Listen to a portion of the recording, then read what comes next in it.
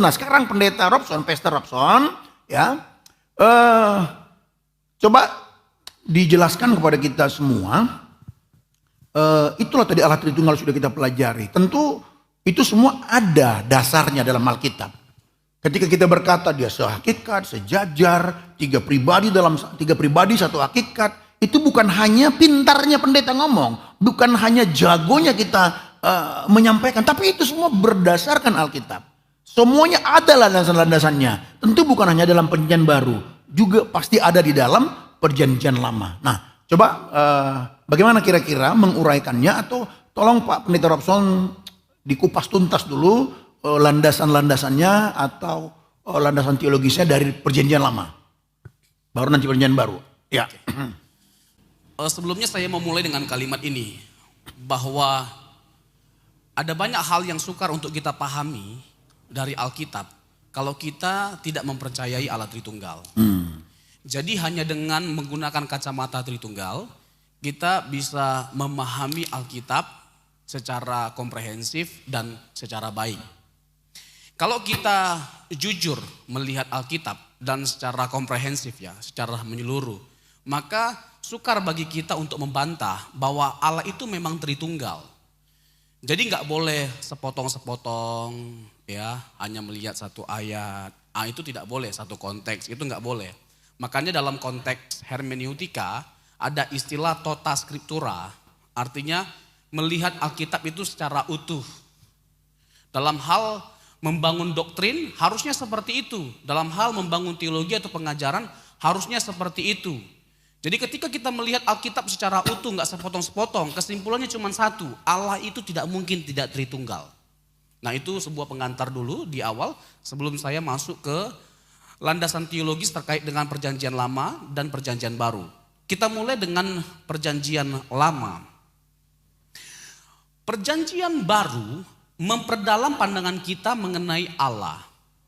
Perjanjian Lama menunjukkan bahwa hanya ada satu Allah atau Allah itu Esa. Kalau Bapak Ibu lihat Perjanjian Lama, maka nuansa keesaan Allah itu sangat kental sekali.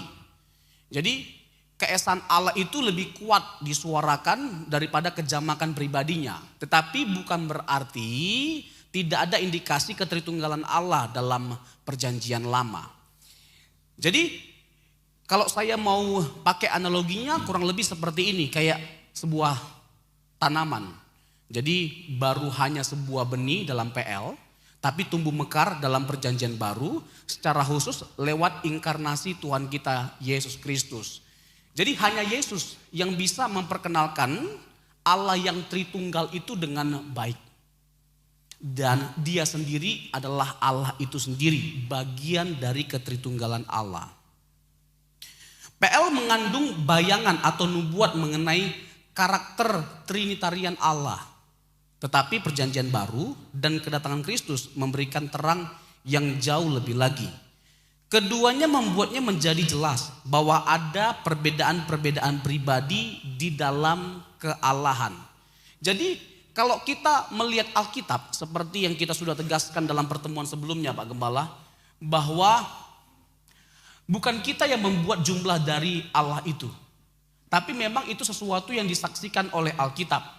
Jumlah dari Allah tadi? Ya, jumlah dari pribadi Allah itu. Jumlah pribadi dari Allah itu bukan kita yang buat, tapi memang Alkitab yang saksikan. Alkitab menyaksikan ada 3 pribadi, dan ketiga pribadi itu memiliki sifat-sifat yang sama, kedudukan yang sama, kemuliaan yang sama. Dan ini akan kita buktikan dalam pertemuan kita kali ini. Bagi pembahasan yang menyeluruh dan dukungan untuk doktrin Trinitarian, ya kita bisa membahas ini sebenarnya jauh lebih tajam dalam teologi sistematika. Memperkenalkan Allah sebagai Tritunggal itu adalah masalah waktu. Sekali lagi saya tegaskan, memperkenalkan Allah sebagai Tritunggal itu adalah masalah waktu, dan secara khusus dalam terang, sekali lagi, inkarnasi Kristus, Galatia 4 ayat 4, setelah genap waktunya. Jadi memang ada waktu yang Tuhan tetapkan. Yang pertama, untuk keselamatan itu dinyatakan melalui anak tunggalnya. Lalu yang kedua, melalui anaknya yang tunggal dinyatakan juga pengenalan akan Allah yang Tritunggal. Jadi itu by timing, ada prosesnya. Jadi Allah yang tahu bagaimana cara dia memperkenalkan dirinya. Allah yang tahu bagaimana dia membahasakan dirinya bagi setiap kita. Tidak ada yang bisa mewakili Allah dalam memperkenalkan dirinya secara lebih baik dan komprehensif selain Allah sendiri di dalam pribadi anaknya yang tunggal. Ini seharusnya membuat kita tergugah dan terbuka pikiran kita. Bahwa kalau Yesus bukan Allah, maka tidak mungkin dia bisa menjadi perwakilan dari Allah dalam hal memperkenalkan siapa Allah itu bagi setiap kita, dalam hal mengerjakan keselamatan itu bagi setiap kita. Kalau kita tidak percaya bahwa Yesus itu adalah Allah, maka seharusnya kita menolak dia sebagai juru selamat. Bagaimana mungkin kita mengakui dia sebagai juru selamat tapi menolak kealahannya? Jadi seharusnya ini membuka pola pikir kita. Dan kalau kita jujur dan pakai hati nurani yang bersih, maka kesimpulannya cuma satu. Yesus itu adalah Allah, dan karena dia Allah, maka segala sesuatu yang dia singkapkan bagi setiap kita itu bisa diterima. Misalnya, menyatakan Bapa bagi setiap kita. Yohanes 1 ayat yang ke-18. Yohanes 1 ayat ke-18, anak Allah, anak tunggal Allah yang duduk di pangkuan Allah, yang menyatakannya bagi setiap kita. Jadi Yesus itu ada di dalam kekekalan bersama dengan Bapa. Sehingga tidak heran kenapa Yesus yang adalah anak tunggal itu bisa menyatakan Bapa bagi setiap kita. Karena dia sudah bersama-sama dengan Bapa dalam kekekalan. Dan itu juga Pak Gembala yang dinyatakan oleh ayat 1 dari Yohanes 1. Pada mulanya adalah firman. Firman itu bersama-sama dengan Allah. Dan firman itu adalah Allah. Ada 3 hal. Ada 3 hal yang penting untuk kita garis bawahi dari ayat ini. Yang pertama bahwa Yesus itu adalah kekal. Kalau masalah Yesus itu logos, itu 100%. No debate. Nggak usah lagi dipersoalkan. Diperdebatkan sebenarnya. Meskipun kita bisa menguraikan secara meyakinkan sekali. Dan dengan bukti-bukti yang sangat luar biasa. Yesus itu adalah kekal. Yang kedua, Yesus itu pribadi yang berbeda dengan Bapa. Yang ketiga, Yesus itu adalah Allah. Itu 3 poin penting yang bisa kita simpulkan dari ayat yang pertama.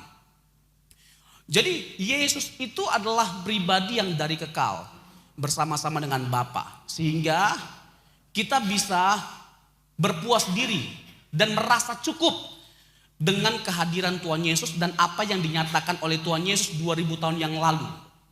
Misalnya Yohanes 14 ayat 8 dan 9 ketika Filipus meminta supaya Yesus bisa menunjukkan Bapa bagi setiap kita.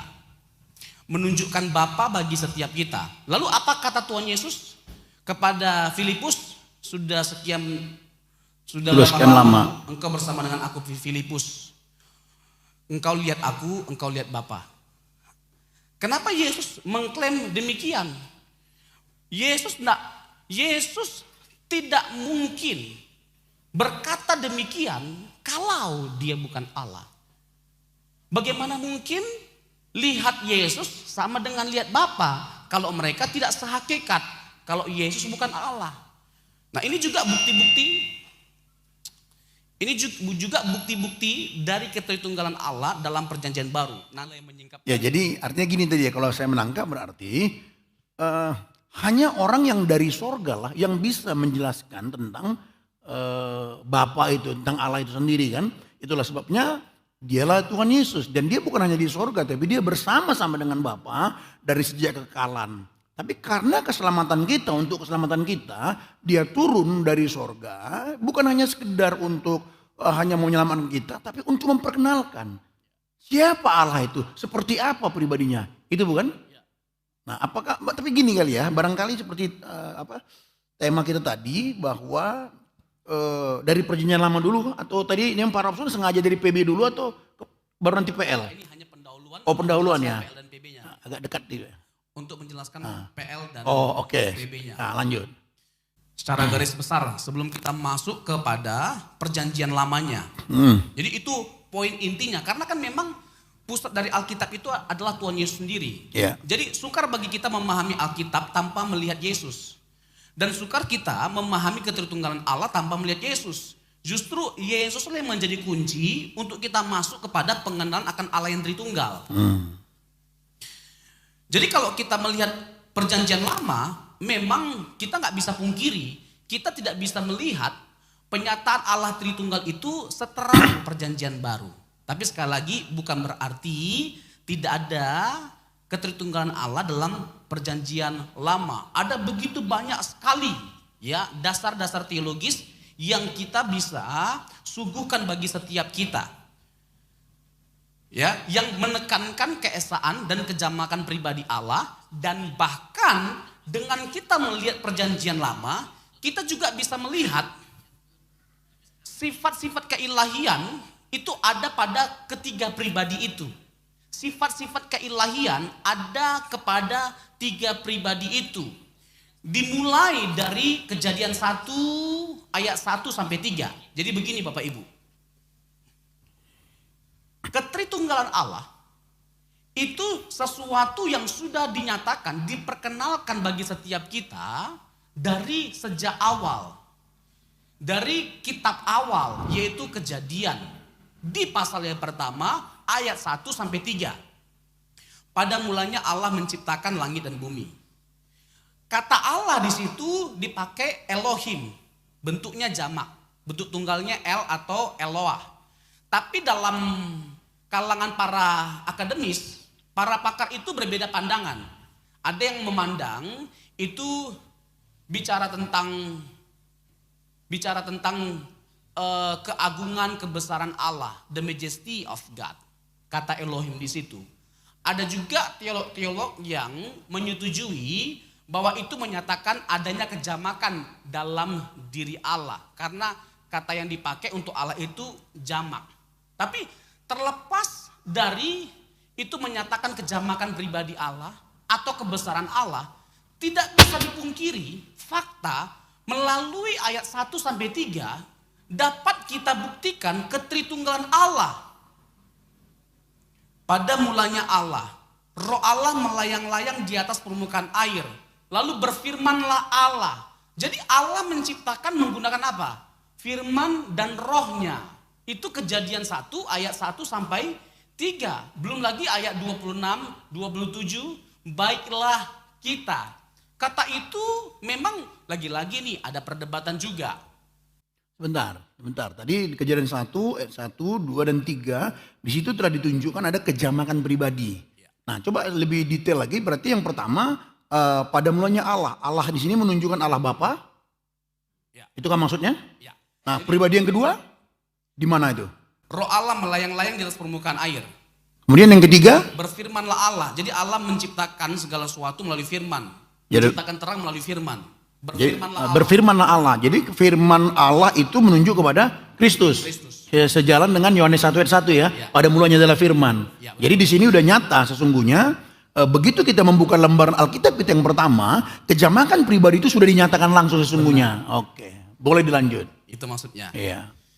Jadi Allah itu sekali lagi bukan baru jadi Tritunggal dalam perjanjian baru. Allah itu bukan baru jadi Tritunggal dalam perjanjian baru waktu Yesus berinkarnasi. Dari kekal sampai kekal Allah itu memang Tritunggal.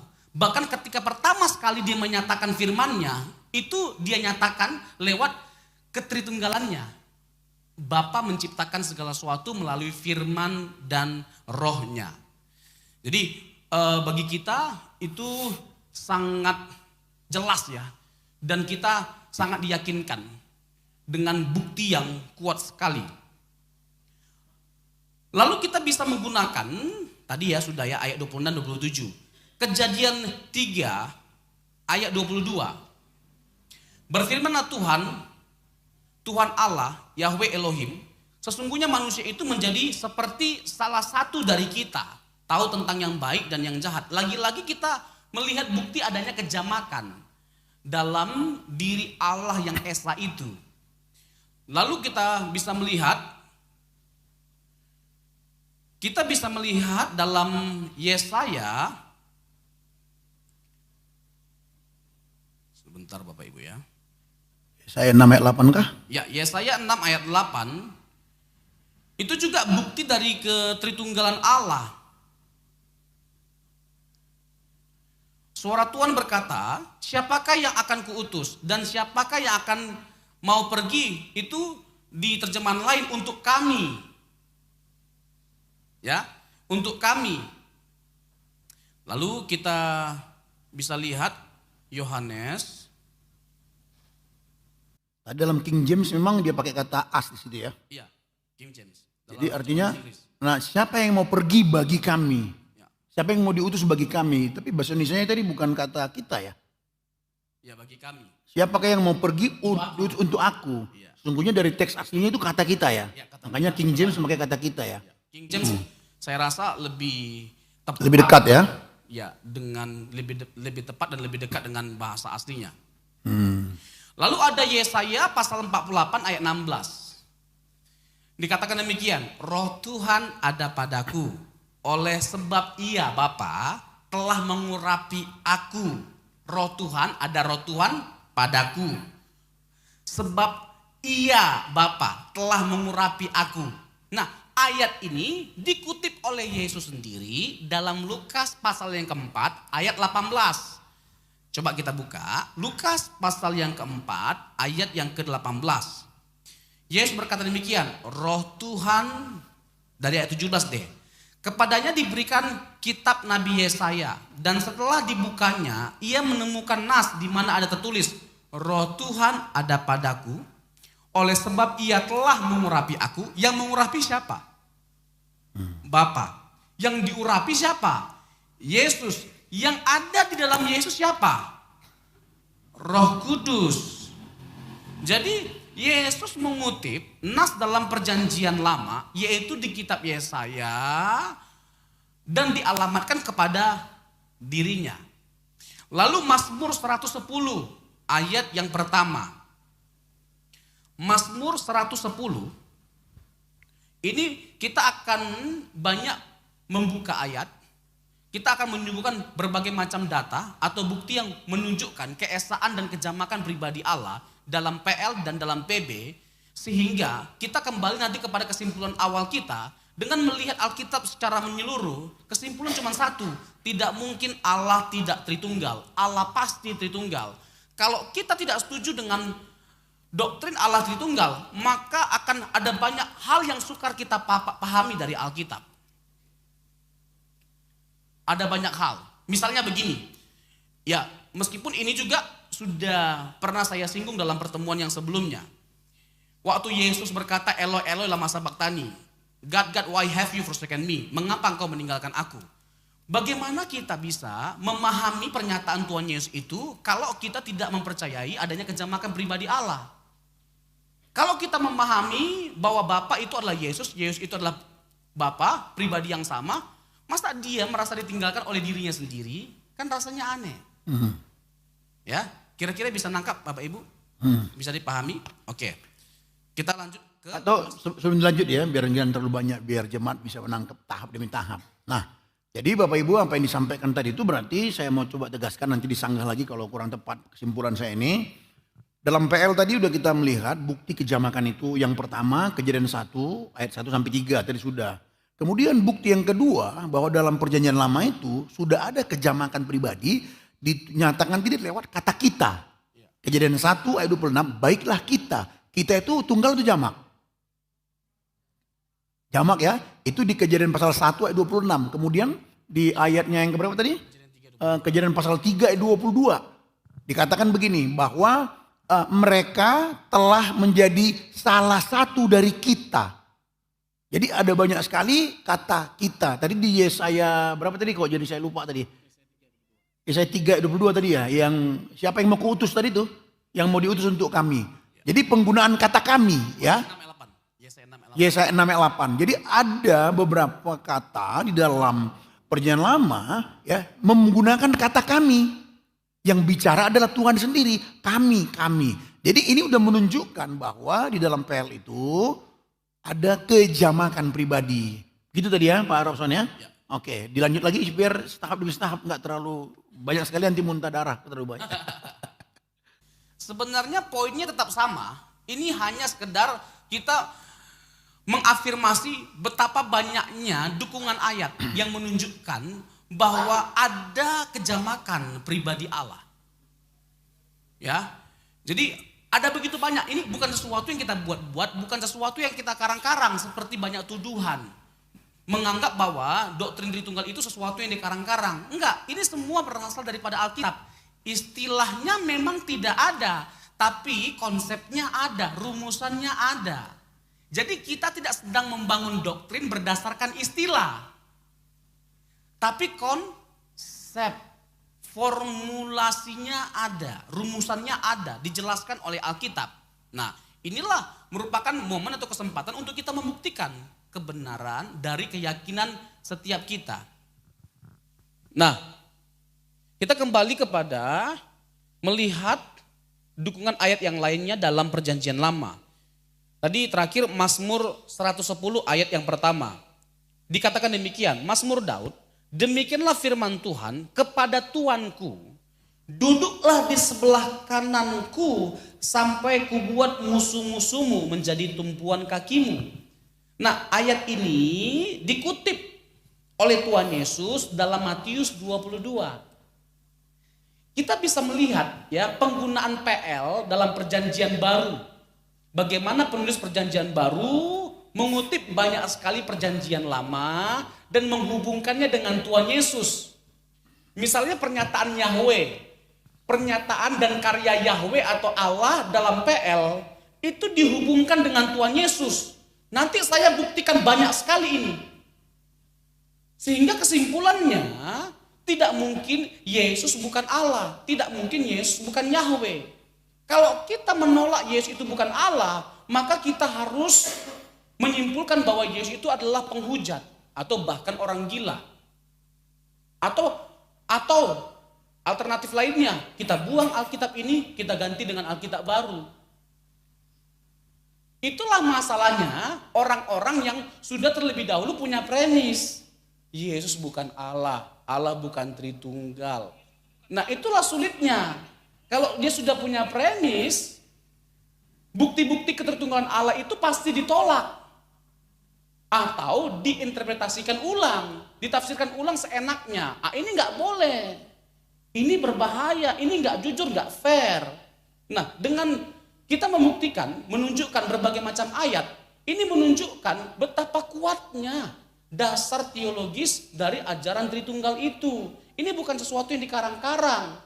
Supaya nanti kita nggak dengan mudahnya mengatakan Tritunggal itu hasil karya manusia, bukan Alkitab. Nah, oleh gitu kan kita lihat Alkitab, sekarang kita lihat, kita buktikan bersama-sama. Yesus Allah jadi manusia, menjelma menjadi manusia, itu nggak logis. Sekarang mari kita dengan jujur menilai, dengan bertanya, mana yang lebih logis? Allah menjelma menjadi manusia, Allah menjadi manusia, atau manusia jadi Allah? Mana yang lebih logis? Allah jadi manusia atau manusia jadi Allah? Enggak lah, manusia jadi Allah lah.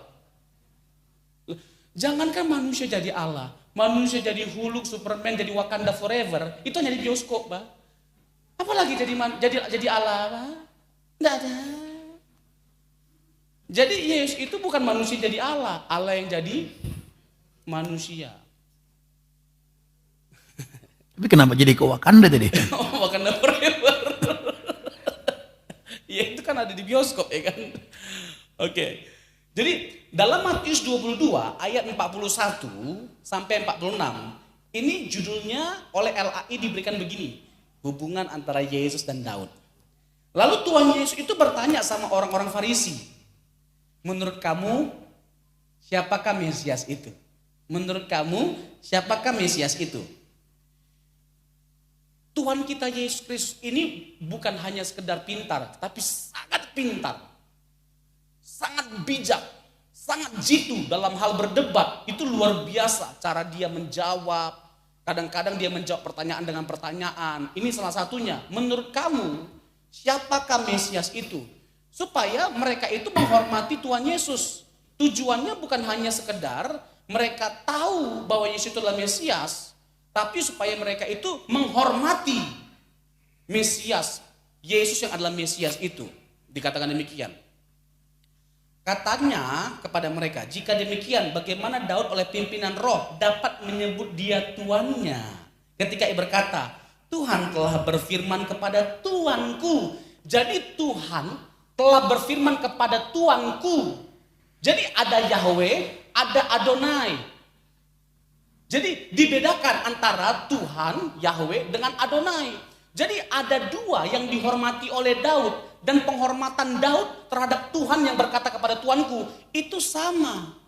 Jadi kalau Daud saja menghormati Tuanku itu, seharusnya mereka juga menghormati. Bagi mereka Raja Daud, raja yang paling besar, raja yang paling dihormati. Jadi kalau raja yang paling mereka hormati saja menghormati Yesus yang adalah Mesias, apalagi mereka. Bisa nangkap Bapak Ibu? Bisa dipahami? Tadi mungkin dijelaskan lagi tadi, kenapa jadi membuat sebuah perbedaan antara Yahweh dan Adonai. Tadi ada Yahweh, ada Adonai. Itu dilihat dari Mazmur 110 ayat 1. Dari Mazmur 110 ayat 1. Dari Tuanku. Jadi ada Tuhan huruf besar semua, Yahweh. Lalu Tuanku kepada Tuanku. Mazmur 110 ayat 1. Jadi Bapak Ibu bisa lihat ada kata Tuhan huruf besar semua. Dalam bahasa aslinya itu Yahweh. Lalu kata Tuanku, ya, Adonai. Nah, itu adalah bukti dari kejamakan pribadi Allah dalam perjanjian lama. Nah, kita juga bisa melihat Kejadian 19 ayat 24. Nanti Pak Gembala bisa stop atau tambahkan.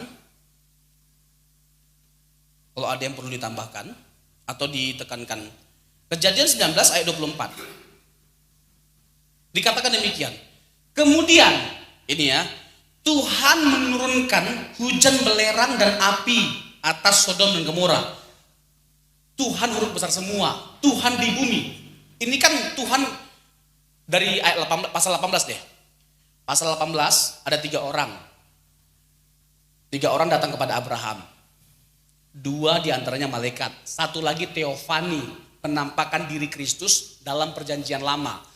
Allah itu menampakkan diri dalam perjanjian lama dalam banyak bentuk, dalam banyak cara, yang awan, tiang api, dalam bentuk semak belukar yang menyala-nyala, dalam bentuk malaikat, seperti kepada Hagar, seperti kepada Gideon, seperti kepada Bileam, ya, dan masih banyak lagi tokoh-tokoh yang lainnya. Jadi Allah menampakkan diri dalam banyak rupa. Itu Kristofani, penampakan Kristus dalam perjanjian lama. Misalnya malaikat Tuhan, Tuhannya huruf besar semua, itu Yesus dalam perjanjian lama. Jadi itu penampakan Allah dalam perjanjian lama dan bukti-bukti dari praeksistensi Tuhan Yesus. Ya, itu bukti-bukti dari praeksistensi Tuhan Yesus. Jadi kalau ada orang yang menolak Yesus sudah ada sebelum dia berinkarnasi, dia harus buang semua ayat-ayat itu. Nah, itu bahayanya. Jadi kalau bisa Bapak Ibu, kalau sekolah teologi ya, benar-benar belajar teologi ya, jangan bolong-bolong. Hari ini masuk, besok enggak masuk. Pas besok masuk dijelaskan masalah praeksistensi, enggak masuk. Akhirnya suka-sukanya. Anda boleh begini. Amin. Yang sekolah teologi ya. Tapi kalau Bapak Ibu bisa bolong-bolong. Tapi kalau bisa jangan. Nanti bolong juga pengetahuannya. Amin. Oke. Kemudian Tuhan di bumi. Sekali lagi ya. Tadi yang Kejadian 18. Ada 2 peristiwa yang disampaikan. Yang pertama terkait dengan Hagar akan punya anak. Yang Hagar ketawa. Ketawa. Aku udah tua begini bagaimana mungkin punya anak. bukan hanya mati pucuk, udah mati semuanya. Sarah. Sarah. Itu artinya Bapak Ibu memperhatikan.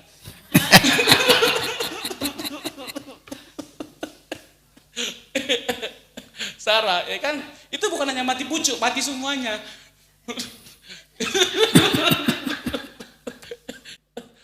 Sebenarnya ya kita juga mungkin akan tertawa seperti Sarah. Jangan kita ledek, Sarah kok bisa ketawa. Masa Tuhan tertawakan?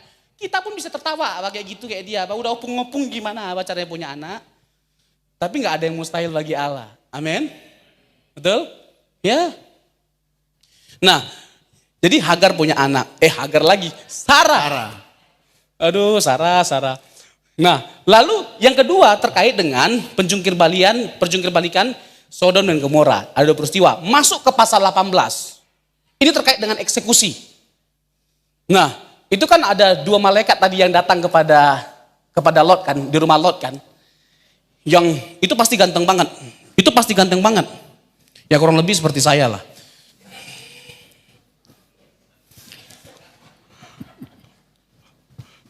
Nah, di pasal 19 itu, ini terkait dengan eksekusi. Lalu Tuhan di bumi, ya, Yahweh, huruf besar semua. Yahweh di bumi menurunkan hujan, belerang, dan api atas Sodom dan Gomora berasal dari Tuhan dari langit. Tuhan, huruf besar semua. Jadi ada Tuhan di bumi dan ada Tuhan di langit. Ada Yahweh di bumi dan ada Yahweh di langit. Bisa paham Bapak Ibu? Ini bukan beta yang buat ayat ini. Ayat ini, Pak. Ini ayatnya, Pak. Bukan saya yang buat-buat. Nanti Bapak Ibu bisa bertanya memang. Dan pertanyaan ini logis. Kalau sebegitu jelasnya, sebegitu terang benderangnya adanya indikasi kejamakan pribadi Allah, mengapa orang Israel menolak Tritunggal? Nanti kita bisa eksekusi pertanyaan itu. Ya, kalau bisa jangan lagi pertanyakan pertanyaan yang sudah saya pertanyakan ya. Nah, lalu kita masuk kepada teks lainnya. Misalnya Mazmur 45 ayat 6 dan 7. Mazmur 45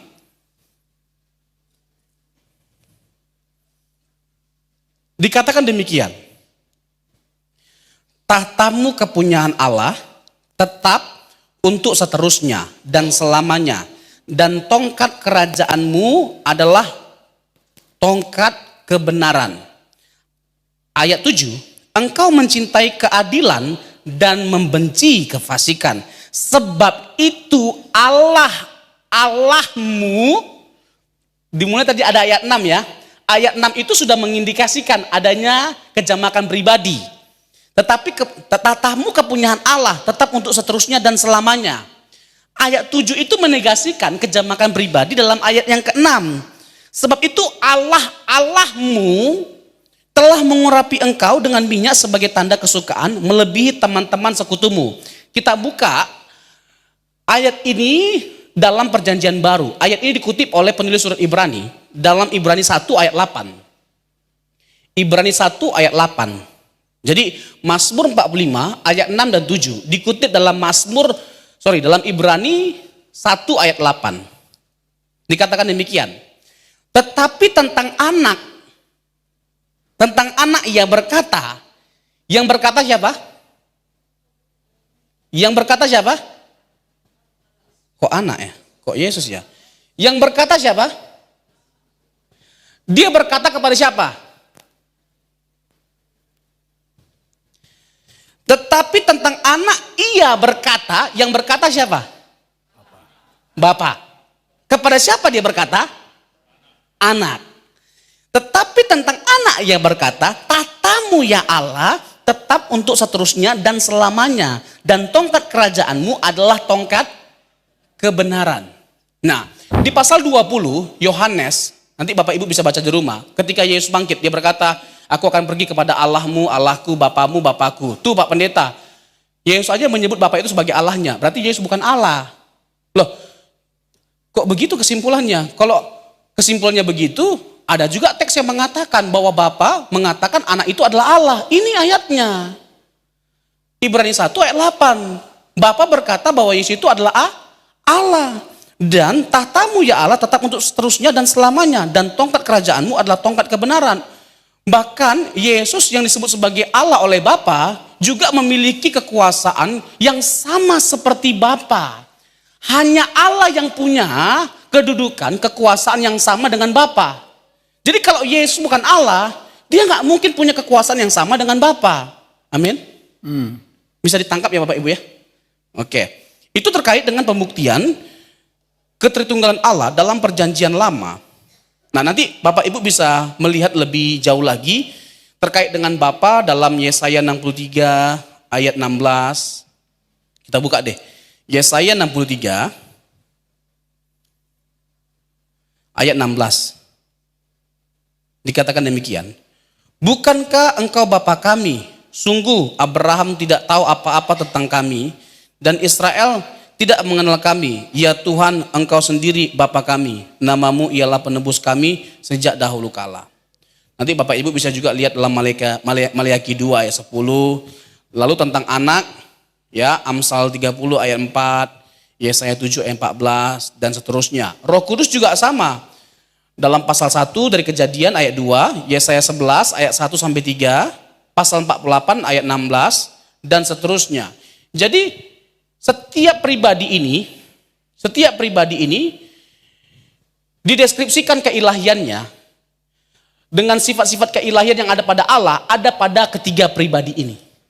Nah, sekarang kita buka Yohanes pasal 12 Bapak Ibu. Yohanes pasal 12. Yohanes itu mengutip dari Yesaya. Salah satu kitab yang paling banyak dikutip oleh penulis Perjanjian Baru itu adalah kitab Yesaya. Kitab Yesaya dan kitab Mazmur.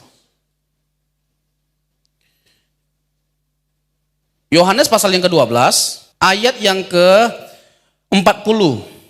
Langsung ke ayat 41 deh. Yohanes 12 ayat 41. Hal ini dikatakan oleh Yesaya karena ia telah melihat kemuliaannya dan telah berkata-kata tentang dia. Hal ini dikatakan oleh Yesaya karena ia telah melihat kemuliaannya dan telah berkata-kata tentang dia. Dalam Yohanes pasal 12, pusat pemberitaannya adalah Yesus. Yesus yang sedang diomongin. Lalu teks ini dikutip oleh Yohanes dari Yesaya pasal yang ke-6. Yesaya pasal yang ke-6. Jadi di Yesaya pasal yang ke-6, Yesaya itu melihat kemuliaan Yahweh. Yesaya melihat kemuliaan Yahweh. Lalu Yohanes menegaskan bahwa kemuliaan Yahweh yang dilihat oleh Yesaya itu adalah kemuliaan Yesus. Dia menghubungkan penglihatan yang dilihat oleh Yesaya dengan Yesus. Jadi secara tidak langsung Yohanes hendak menegaskan bahwa Yesus itu adalah Yahweh. Bisa nangkap ya Bapak Ibu ya. Nah itu teks saya rasa ini sudah cukup kuat. Sangat kuat bahkan pembuktian teks-teks PL yang menunjukkan Allah itu adalah Tritunggal. Allah itu adalah Esa. Kalau keesaan Allah dalam Ulangan 6 ayat 4. Shema Yisrael, Adonai Elohenu, Adonai Echad. Bahkan kita juga bisa lihat ya cerita tentang keesaan Allah itu dalam 1 Raja-Raja 18 ayat 20 sampai 46. Nanti Bapak Ibu bisa baca di rumah. Di mana di situ poin utama yang ditegaskan adalah bahwa Allah Israel itu adalah Allah yang esa dan Allah yang benar. Itu terkait dengan Elia yang mempersembahkan korban. Dan itu tempatnya atau wilayahnya adalah di dewa orang-orang kafir. Di Gunung Karmel kalau saya tidak salah. Jadi Elia hendak menunjukkan bahwa Tuhan Israel itu adalah Tuhan yang bukan hanya berkuasa di satu daerah. Jadi pada waktu itu ada pemahaman bahwa dewa-dewa itu ada daerah kekuasaannya.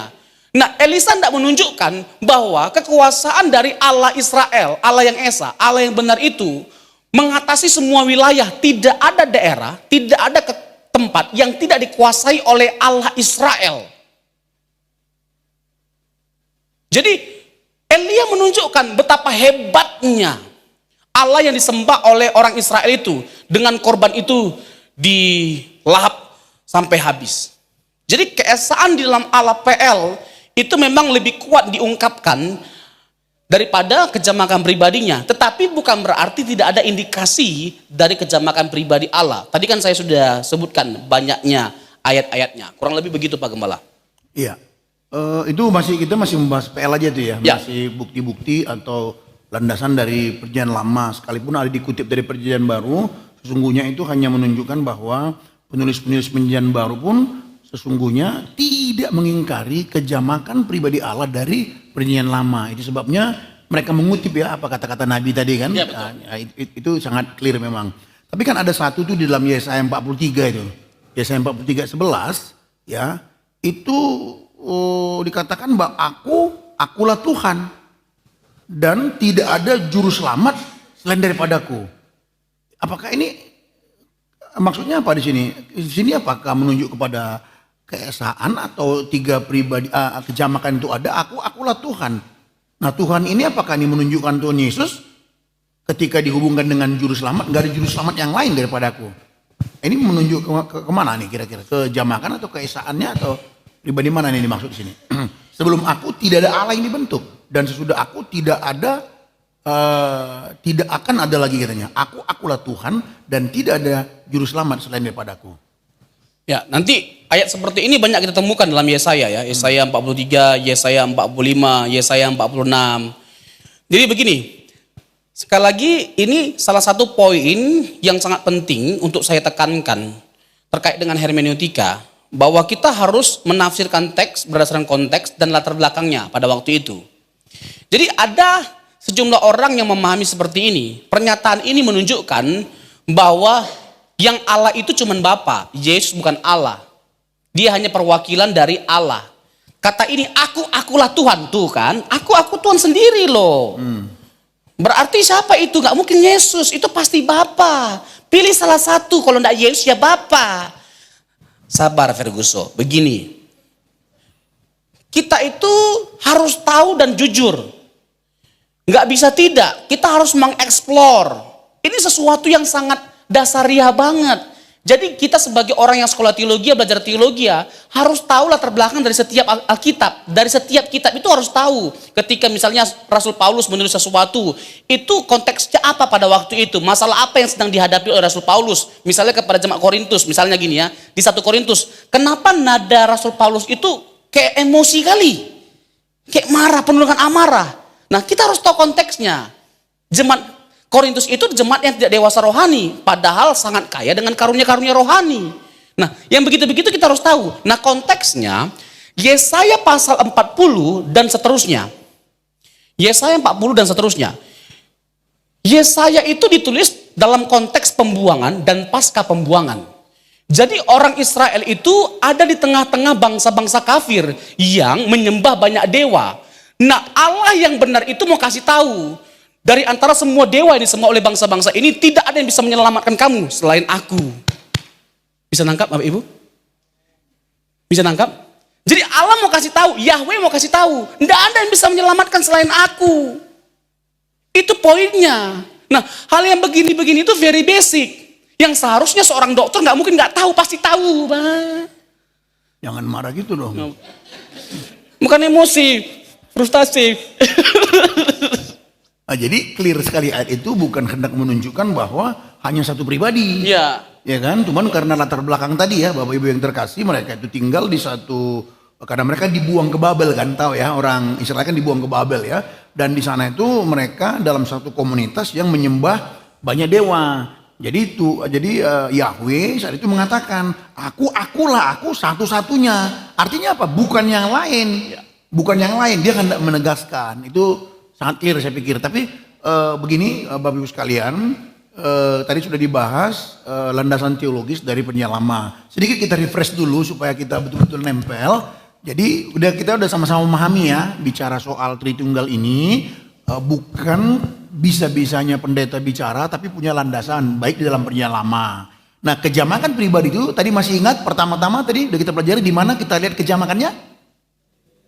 Kejadian pasal 1 ayat yang 1 sampai 3 ya kan? Allah mencipta, ada Roh Kudus, lalu Allah berfirman tadi ya. Kemudian yang kedua kita lihat buktinya di mana? Penggunaan kata kita. Baiklah kita. Jadi jamak.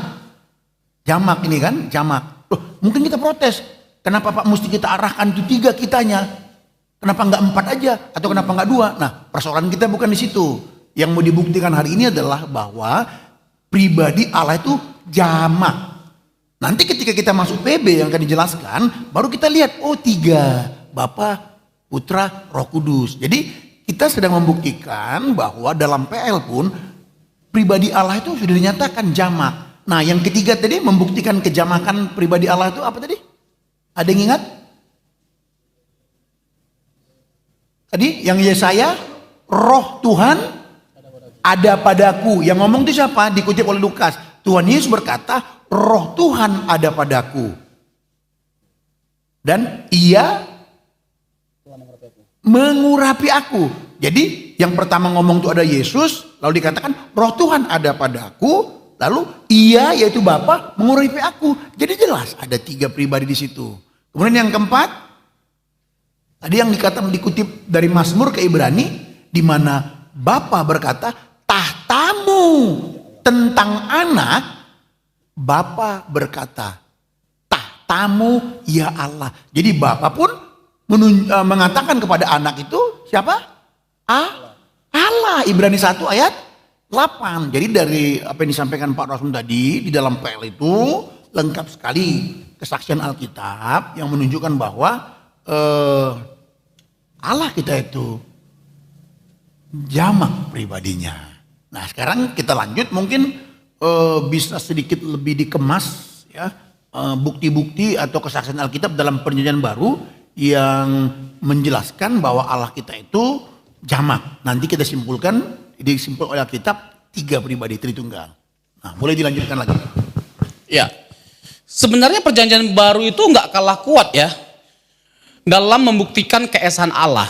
Jadi Perjanjian Baru juga sama kuatnya dengan Perjanjian Lama dalam menjelaskan keesaan Allah.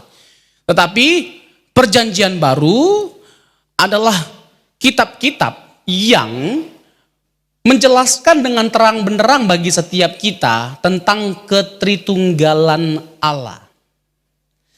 Nah, Perjanjian Baru adalah bukti atau dasar terkuat bagi doktrin Tritunggal dan secara khusus melalui kehadiran Kristus dalam inkarnasinya sebagai manusia. Seluruh kitab Perjanjian Baru kita bisa melihat ada dukungan terhadap ketritunggalan Allah. Apalagi kalau kita melihat Injil keempat atau Injil Yohanes. Itu sangat kentara, sangat clear. Bapa mengutus anak, anak mengutus Roh Kudus. Jadi doktrin Tritunggal itu doktrin yang alkitabiah dan diperkenalkan secara kuat dan tegas oleh Perjanjian Baru, secara khusus sekali lagi Injil Yohanes. Jadi kalau orang tidak percaya doktrin Tritunggal, sekali lagi ini penting untuk kita ingat, dia harus membuang Injil Yohanes. Karena Injil Yohanes itu adalah Injil Trinitarian. Injil Tritunggal. Masalahnya nanti ada pertanyaan. Ini perdebatan panjang yang klasik sifatnya. Apakah ada subordinasi dalam Tritunggal? Atau adakah hierarki dalam Tritunggal? Apakah benar bahwa anak itu lebih rendah daripada Bapa? Ini ada sesi khusus pembahasan ini. Apakah benar Roh Kudus itu lebih rendah daripada Bapa dan anak? Nah, ini ada sesi khusus untuk ini. Dalam pertemuan yang keempat atau yang kelima. Nah, poin-poin yang mau kita sampaikan terkait dengan Perjanjian Baru, terkait dengan siapa pribadi-pribadi dari Allah Tritunggal itu. Jadi Perjanjian Barulah yang dengan terang benderang menjelaskan identitas dari 3 pribadi Allah Tritunggal itu. Bapa, Anak, dan Roh Kudus. Kalau kita melihat ini secara fair tentunya, dengan melihat dasar teologisnya, secara historis, secara filosofis, kita akan melihat sejelas-jelasnya kok, seterang-terangnya Perjanjian Baru menyingkapkan natur dan pribadi dari Allah Tritunggal itu bagi setiap kita. Saya mulai dari hal yang sederhana. Matius pasal yang ketiga ayat 16 sampai 17. Mungkin ada yang ingat terkait dengan peristiwa itu, peristiwa baptisan Tuhan Yesus. Jadi ada Bapa yang berkata-kata, ada Roh Kudus yang turun dalam rupa merpati, dan ada Yesus yang dibaptis. Ini sangat jelas, ini adalah bukti dari ketritunggalan Allah. Di tempat yang sama, di waktu yang sama, ada 3 pribadi yang berbeda-beda yang menyatakan diri secara bersama-sama. Matius 3 ayat 16 dan 17. Itu kan sebenarnya udah clear banget lah. Ya, kalau kita nggak percaya Allah itu Tritunggal, kita memilih percaya sabellianisme atau modalisme. Ada yang ingat sabellianisme apa? Modalisme, percaya kepada Satu pribadi yang menyatakan diri dalam 3 wujud. 3 bentuk. Ya, 3 wujud atau 3 manifestasi. Nah, kalau kita memahami Allah itu seperti itu, nah bagaimana kita memahami peristiwa baptisan Tuhan Yesus? Kan aneh. Nah, yang kedua, Matius 28 ayat 19. Matius 28 ayat 19. Coba kita buka. Ini unik sekali. Saya tertarik sekali.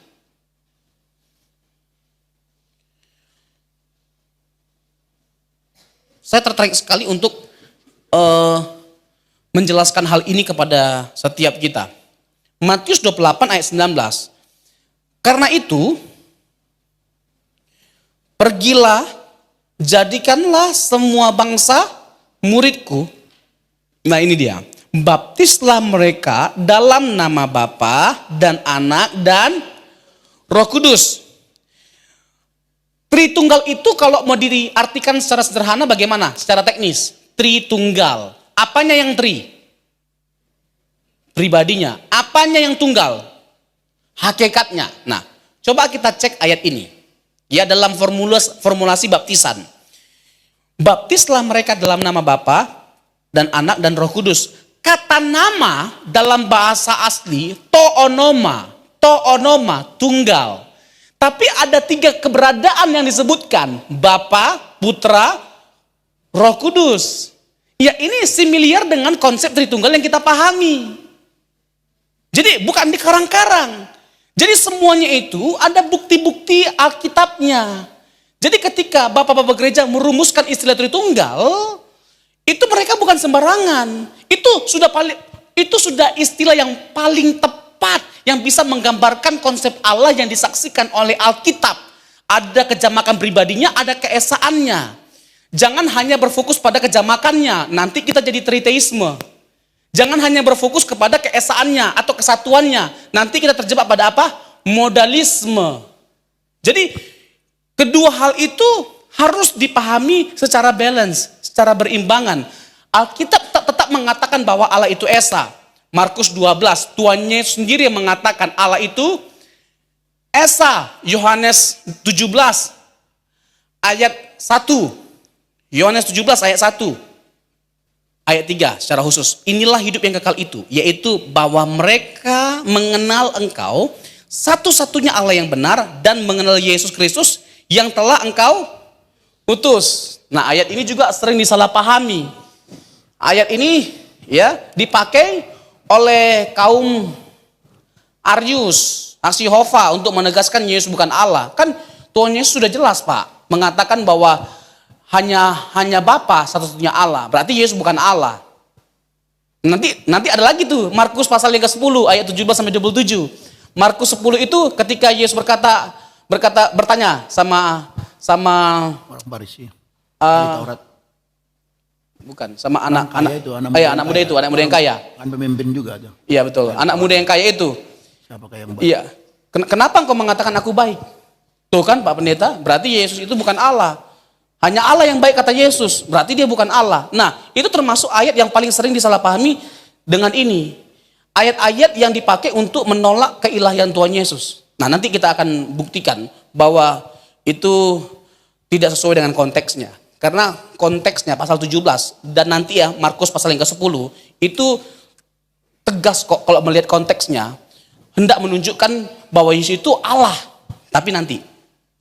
Kita masuk dulu kepada Matius pasal yang ke-28 ayat 19 tadi. Toonoma. Jadi dalam bahasa asli nama itu apa? Berbentuk tunggal. Tapi ada 3 keberadaan. Bapa, Putra, Roh Kudus. Jadi itu sangat clear sekali. Nah, sekarang kita buka ayat-ayat yang lain. Misalnya, ini sebenarnya ada juga ya dalam pertemuan sebelumnya dibahas. 1 Petrus 1 ayat 2 sama Pak Gembala. Ini saya rasa salah satu ayat yang cukup kuat ya membuktikan ketritunggalan Allah. Tapi kita ulangi lagi aja, kita baca ya. Supaya nanti kita membekas dengan kuat ayat-ayat ini. Karena bagaimanapun kalau nggak diulang-ulangi tetap lupanya kita. Hah? Apalagi sedemikian banyaknya ayat yang disebutkan. Jadi adalah lebih baiknya untuk kita mengulangi beberapa hal yang penting sekali untuk kita gali. 1 Petrus 1 ayat 2. Dikatakan demikian, yaitu orang-orang yang dipilih sesuai dengan rencana Allah Bapa kita dan yang dikuduskan oleh Roh supaya taat kepada siapa? Yesus Kristus. Ada berapa nama? Ada Bapa, ada Roh, ada Yesus. Siapa yang punya rencana? Bapa, diidentifikasi sebagai perencana. Lalu siapa yang menguduskan? Roh. Lalu kita dikuduskan supaya kita taat kepada siapa? Tuhan Yesus. Ini sangat clear. Lalu 2 Korintus 13 ayat 14. Kalau di dalam handphone ya, dalam handphone ayat 14. Itu berkat apostolik. 2 Korintus pasal 13 ayat yang ke-14. 2 berkat nih biasanya. Iya, 2 berkat atau berkat apostolik. Kasih karunia Tuhan Yesus Kristus dan kasih Allah Bapa ya. Karena pada umumnya dalam konteks PL kata theos itu dihubungkan dengan Bapa. Tapi bukan berarti Yesus tidak pernah disebut theos. Ada banyak teks-teks yang menunjukkan bahwa Yesus itu adalah theos. Ini kayaknya harus berdiri. Ini peranan katanya dalam bahasa Ibrani Elohim. Ini peranan katanya dalam bahasa Ibrani Adonai atau Yod He Waw He Adonai. Kurios Adonai ini biasanya ditujukan pada siapa? Saya singkat aja ya, Yesus Kristus. Kalau theos biasanya dihubungkan sama siapa? Bapa. Pada umumnya, ini menurut para pakar, kata theos itu ditujukan pada Bapa, kata kurios pada Yesus Kristus. Tetapi bukan berarti Yesus itu bukan theos. Karena PB juga banyak ya menyebut kata theos ini kepada Yesus. Misalnya, Yohanes 20 ayat 28, boleh ditampilkan ayatnya. Yohanes 20 ayat 28. Thomas menjawab dia, apa? Ya Tuhanku, ya Allahku. Ini pakai artikel loh, Bapak Ibu. Ini pakai artikel. Kenapa saya perlu menekankan bahasa ini pakai artikel? Karena ini ada persoalan. Ada yang mengatakan bahwa Yesus itu kurang Allah atau lebih rendah daripada Allah. Karena ketika dia disebut theos nggak pakai artikel. Hanya karena nggak pakai artikel dianggap di bawah Bapa atau tidak setara dengan Bapa atau tidak Allah dalam pengertian seperti Bapa. Dianggap kurang kadar keilahiannya hanya karena nggak pakai artikel. Nah, saya buktikan itu salah. Karena apa? Yohanes 20 ayat 28 ini pakai artikel. Boleh tetap ditampilkan ayatnya. Ini pakai artikel. Dalam bahasa aslinya hokriosmu kai hoteosmu. Hokriosmu kai hoteosmu. Itu pakai artikel ho. Bukan hanya untuk menekankan bahwa dia kurios. Tapi juga theos. Hokriosmu kai Kai hoteosmu, ya Tuhanku, ya Allahku. Dan Yesus itu tidak mungkin tidak Allah. Kalau dia tidak Allah, harusnya dia tolak pengakuan Thomas. Betul enggak? Emangnya ada yang pernah disembah sebagai Allah lalu menolak? Ada dong. Misalnya di Listra, Kisah Rasul pasal 14. Barnabas dan Paulus itu melakukan banyak mujizat. Lalu takjub banyak orang pada waktu itu dan menyembah mereka. Satu dipandang sebagai dewa, dewa Zeus, satu lagi Hermes. Ini dewa bukan tas. Dewa ya ibu-ibu ya. Di Alkitabiah ya Hermes itu Pak Pendeta. Enggak, ini dewa. Zeus dan Hermes. Lalu apa yang mereka lakukan karena mereka bukan Allah? Mereka mengoyakkan baju mereka. Mereka tolak. Itu di Kisah Rasul pasal 14 di Listra. Lalu ada di Kisah Rasul pasal 10. Ketika Cornelius menyembah Petrus. Lalu apa yang dilakukan oleh Petrus? Menolak. Lalu di Wahyu pasal 22 ada malaikat. Malaikat yang disembah oleh Yohanes ketika dia takjub melihat berbagai macam penyingkapan tentang yang akan datang. Akhir zaman yang akan datang. Dia takjub melihat semuanya itu. Lalu dia tersungkur menyembah malaikat itu. Apa yang dilakukan oleh malaikat itu? Jangan, Mbak. Aku sama kamu sama-sama hamba. Ditolak. Tapi ada satu pribadi yang pernah diakui sebagai Allah, disembah sebagai Allah, tapi tidak menolak. Siapa namanya? Kalau Yesus bukan Allah, lalu dia tidak tolak, kurang ajar. Dia menghujat Allah. Tapi karena dia Allah lah, makanya dia tidak menolak.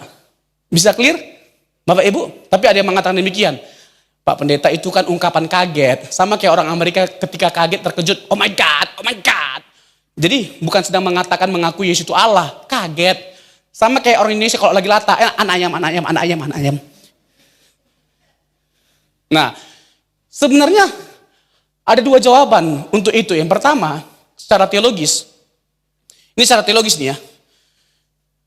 Tidak boleh menyebut nama Tuhan sembarangan. Jadi, ini kurang ajar Thomas kalau sampai Yesus bukan Allah, lalu dia sembarangan menyebut nama Tuhan. Bahaya, nggak boleh, ada kebudayaannya.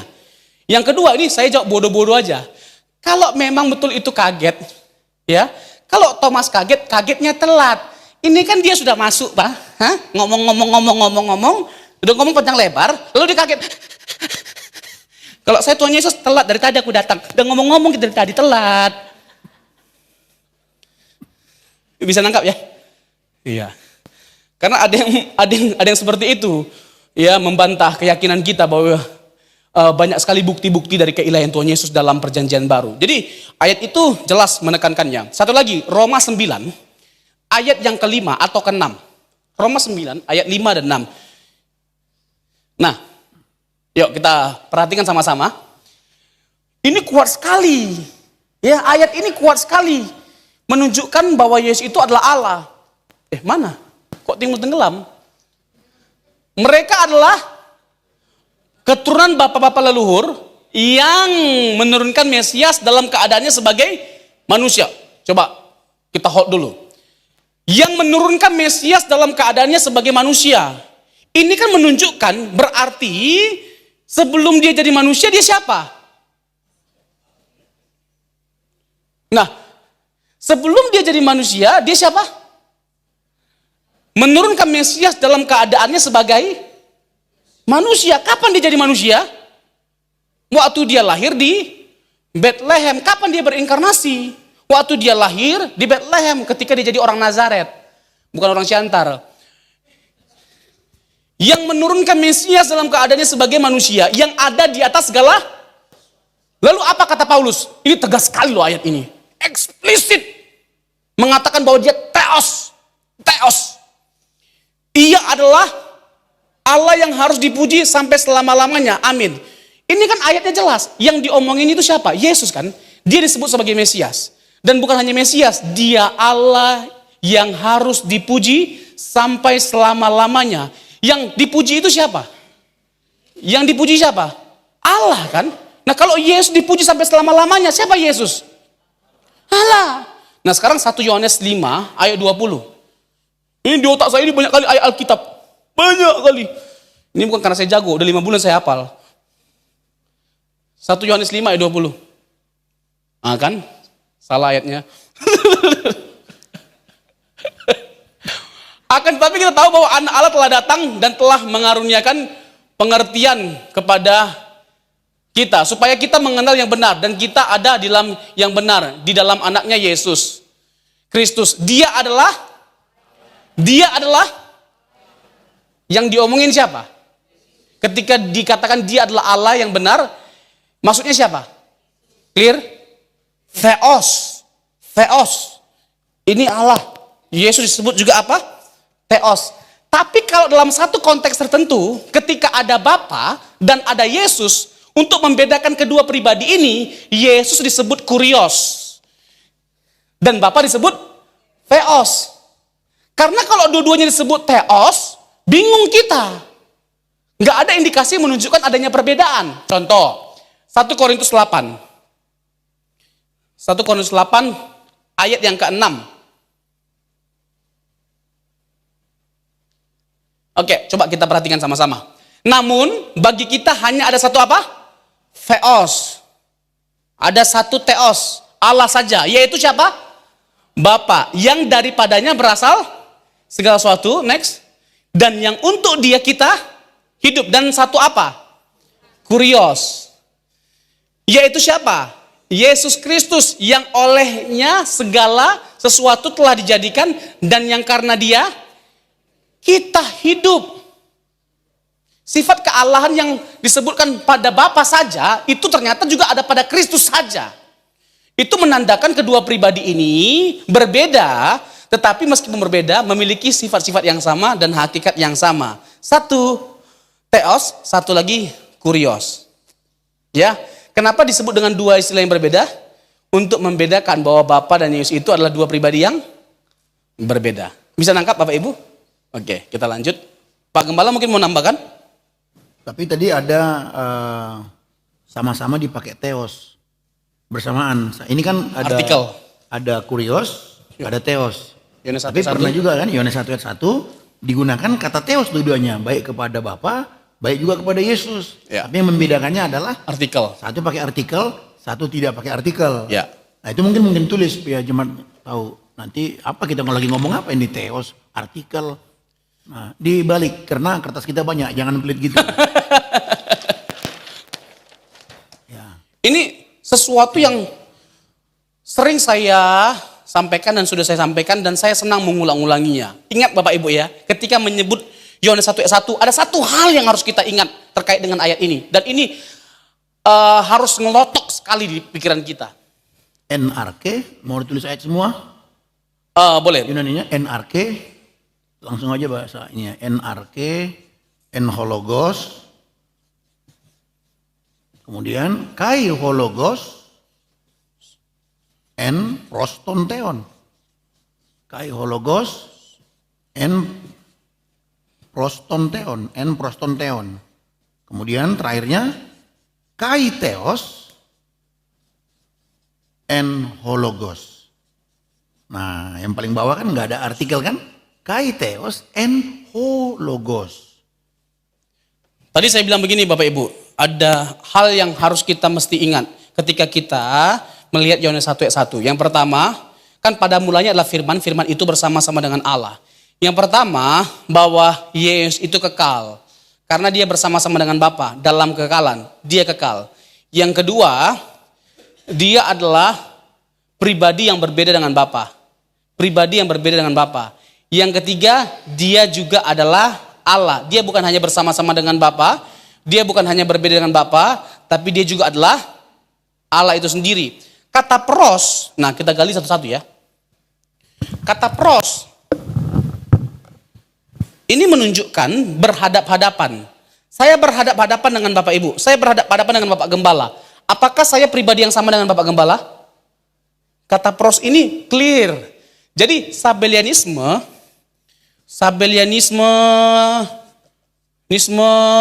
Unitarianisme, ya, Sabellianisme, Unitarianisme, Adoptionisme, itu semua ajaran-ajaran miring yang bisa digugurkan dengan satu ayat ini saja. Ya, kata pros itu menggugurkan Sabellianisme yang menunjukkan bahwa Bapa dan Putra itu pribadi yang sama. Enggak, berhadap-hadapan. Ya. Lalu Ternyata untuk Yesus itu nggak pakai artikel. Untuk Bapa itu pakai artikel tonteon. Nah, untuk Yesus itu nggak pakai artikel. Nggak seperti Bapa. Nah, pertanyaannya, kenapa untuk Bapa itu pakai artikel, untuk Yesus nggak pakai artikel? Untuk membedakan pribadi dengan Bapa dengan Yesus. Karena kalau sama-sama pakai artikel, udah sabelinisme. Udah runtuh Tritunggal. Jadi Alkitab itu sangat luar biasa. Detail sekali menjelaskan dan menyingkapkan Allah yang Tritunggal itu. Oke, tapi masalahnya begini Bapak Ibu. Saksi Yehova memakai ayat ini untuk menunjukkan seperti tadi ya. Nggak pakai artikel Tuhan Yesus. Jadi lebih rendah.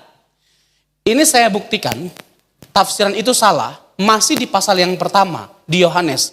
Bapak Ibu nanti bisa lihat, di ayat 18, untuk Bapak nggak pakai artikel, nggak pakai ton. Harusnya tonteon. Jadi kalau dianggap, Allah itu baru sepenuhnya Allah, kalau pakai artikel, ayat 18 untuk Bapak nggak pakai artikel. Nah, nggak fair kan? Jadi bagaimana dong penafsiran yang benar terhadap Yohanes 1 ayat 1 terkait dengan artikel? Bapa pakai artikel, anak nggak pakai artikel untuk membedakan bahwa Bapa dan Yesus itu adalah pribadi yang berbeda. Bisa paham Bapak Ibu?